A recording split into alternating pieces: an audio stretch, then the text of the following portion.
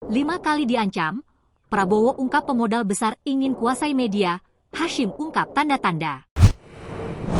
Mereka-mereka yang punya modal besar, menguasai media, dan ingin mempengaruhi masyarakat negara-negara tertentu. Selama 1000 hari lebih kepemimpinannya, Presiden Prabowo Subianto mengatakan diancam dan diejek karena ingin memberantas korupsi dan mensejahterakan rakyat. Bahkan, orang dekat Prabowo mengungkapkan sudah 5 kali bos Gerindra itu nyaris kehilangan nyawa. Selain itu, Prabowo Subianto mengingatkan adanya kecenderungan para pemodal besar sengaja ingin menguasai media untuk memengaruhi masyarakat.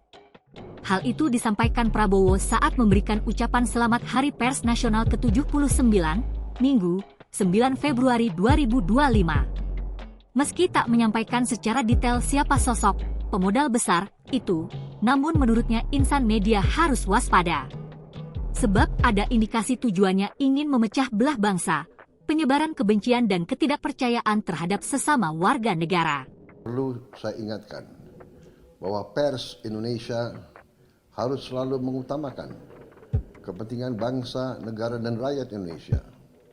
Harus waspada terhadap usaha-usaha untuk mengendalikan pemikiran dan mempengaruhi jalannya opini-opini rakyat dengan menggunakan modal yang besar. Ada kecenderungan di dunia ini, mereka-mereka yang punya modal besar, menguasai media, dan ingin mempengaruhi masyarakat negara-negara tertentu. Terkait ancaman nyawa diungkap Ketua Dewan Pembina Formas, Hasyim Joyo Hadikusumo. Bahkan tanda-tanda itu selalu ada.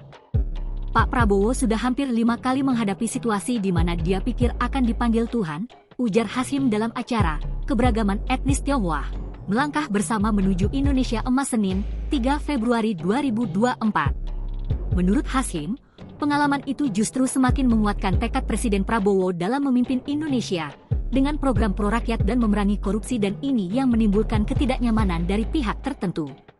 Download Tribun X sekarang, menghadirkan lokal menjadi Indonesia.